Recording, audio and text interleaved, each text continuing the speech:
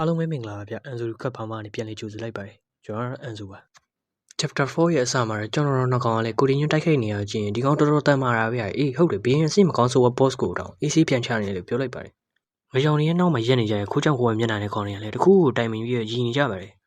အဲ့ဒီနောက်တော့ကိုတင်ညွန့်ကလည်း boss ရဲ့အပေါ်အပြင်းပြင်းနဲ့တစ်ချက်ခုံလိုက်က boss ရဲ့ခေါင်းဓာတ်နဲ့အပြင်းပြင်းထိုးဆိုင်လိုက်ပါတယ်အဲ့လိုပြင်းနေတဲ့ထိုးချက်ကြောင့် boss ရဲ့ HP တွေကတရဇက်ကိုထိုးကျလာပြီးတော့နောက်ဆုံးမှာ10ရာခိုင်နှုန်းနဲ့ကျန်ပြီးတော့လဲကျသွားပါတယ်လေးကျသွားတဲ့ boss ကောင်ကိုလည်းကိုတင်ညွန့်ကကြည့်နေပြီးအဲ့အချိန်မှာပဲခိုးကြောင်ခိုးရနဲ့ခွေးတခိုးသုံးကောင်ကလည်းကိုတင်ညွန့်နောက်ကနေတိုက်ခိုက်ဖို့တော့ကုန်လာကြပြီးတော့အဲ့တော့လေကိုတင်ညွန့်ကတတိထိုင်းမိလိုက်ပြီးတပြက်စီးကိနေကကြောင်ကလည်းဟဲ့အောင်နောက်မှတတိထောင်းဆိုပြီးအော်ပြောလိုက်ပါတယ်ကိုတင်ညွန့်ကလည်းချက်ချင်းဆိုလိုပဲနောက်ကိုလှည့်ခွေးတခိုးသုံးကောင်ဆိုတော့ဒါနဲ့ချက်ထဲခိုးတပလိုက်တယ်အဲ့လိုနဲ့ကိုတင်ညွန့်ကဒါနဲ့ခိုးလိုက်တဲ့ကောင်တွေကြည့်ပြီးတော့မင်းတို့ကဘလောက်မိုက်လို့လဲလို့ပြောလိုက်ပါတယ်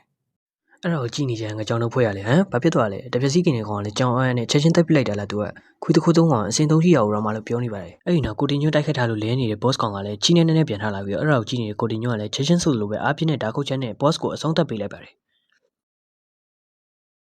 ဒိုင်ယာဝင်ပလီကိုတက်ပြီးတော့ကြောင် system လည်းကိုတင်ညွန့်ကိုစုလက်အနေနဲ့အတွေ့အကြုံမဲ့480ဝင်းချင်းကြောင်တုံးတုံးကိုပါပေးလိုက်ပါတယ်အဲ့လိုနဲ့ကိုတင်ညွန့်ကလည်း game တစ်ခုလုံးမှာပထမဆုံး boss ကိုတက်ခဲ့တာကြောင့်ဘလို့စုလက်မျိုးရမလဲဆိုပြီးသူ့ရဲ့စိတ်ထဲမှာတော့တွေးနေရပါပေါ့ကိုတင်ညွန့်စဉ်းစားနေပြီးခဏမှာပဲစုလက်တစ်ခုကပေါ်လာပြီးအဲ့ဒါ system ပြောထားတဲ့ဝင်းချင်းကြောင်တုံးနဲ့တစ်သက်တစ်လုံးပဲဖြစ်ပါတယ်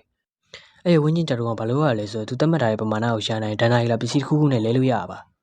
အဲ့လိုနဲ့ကိုတင်ညွန့်ကလည်းဝင်းချင်းကြောင်တုံးကိုကြည့်နေခဲ့ပြီးကစားသမားတွေက level 60ပြည့်ရင်အဆင့်တက်ဖို့အတွက်နတ်သားတွေနေတိုင်းနဲ့ထာဝရကောင်စီကိုတောက်ဖို့လွယ်အဲ့ဒါကိုတောက်ဖို့အတွက်ငါ့အတွက်စောလုံးနေသေးတယ်ဒါပေမဲ့လည်းဝင်းချင်းကြောင်တုံးတွေကဒဏ္ဍာရီလာအဆင့်ရှိတဲ့ပစ္စည်းတွေရဖို့အတွက်အလဲကူဆုံးနီးလမ်းပဲဆိုပြီးပြောနေခဲ့တာပေါ့ဒီရဲ့မတည်နိုင်တဲ့ကဘာမှာတော့ပစ္စည်းတွေကိုလည်းအဆင့်လိုက်ခွဲထားပါသေးတယ်ဘလို့လဲဆိုတော့တာမန်အဆင့်ရှားပါအဆင့်တာလွန်အဆင့်ထူးခြားအဆင့်အမခန်းအဆင့်နဲ့ဒဏ္ဍာရီလာအဆင့်ဆိုပြီးရှိပါတယ်ဘာတွေမှမသိပါဘူးရှုပ်နေရပါပဲအသေးဝင်ရောက်လာတဲ့ကစားသမားတွေကဆိုရင်လည်းပုံမှန်အဖြစ်သူတို့မှရှိတဲ့တာမန်အဆင့်လက်နက်တွေကိုသာပိုင်ဆိုင်ကြပြီးရှားပါလက်နက်ကိရိယာတွေကိုရရှိတဲ့သူကအလုံးနေပါပါတယ်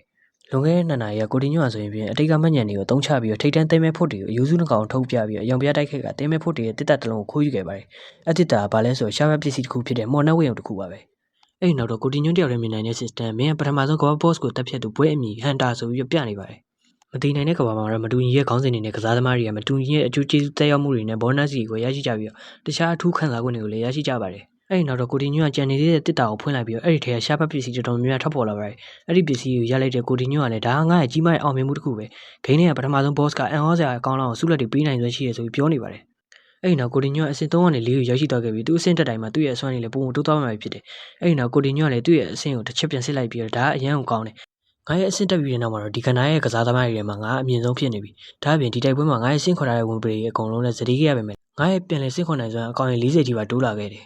အဲ့ဒီနောက်တော့တင်နေတဲ့ Dia Boss ကိုပြန်လည်ဆင့်ခေါ်နိုင်မှုအတွက်အနောက်သွားလိုက်ပြီး system လည်းအမောက်မော်ဆင့်ခေါ်ကိုတုံးပြမှလာဆိုပြီးပေါ်လာတဲ့ကြောင့်ကိုတင်ညွန့်ကလည်းဆင့်ခေါ်မယ်ဆိုပြီးပြောလိုက်က Dia Boss ကြီးကလည်းပြန်လည်အသက်ဝင်လာပြီးနိုးထလာခဲ့ပါတယ် chapter 4ကိုဒီနေ့မှာပဲအဆုံးသတ်ထားပါရဲ့ဗျာနောက်ဘာတွေဆက်ဖြစ်သွားမလဲဆိုတော့ chapter 5မှာကြည့်ရမှာပဲဖြစ်ပါတယ်အသစ်တင်နိုင် border ကြည့်ရှုလို့ရအောင်လေ channel လေးကို like and subscribe လုပ်ခဲ့ပေးကြပါအောင်စိတ်မရှိဘူးဆိုရင် comment လေးပါရေးခဲ့ပေးပါနောက်မှပြန်တွေ့ကြမယ်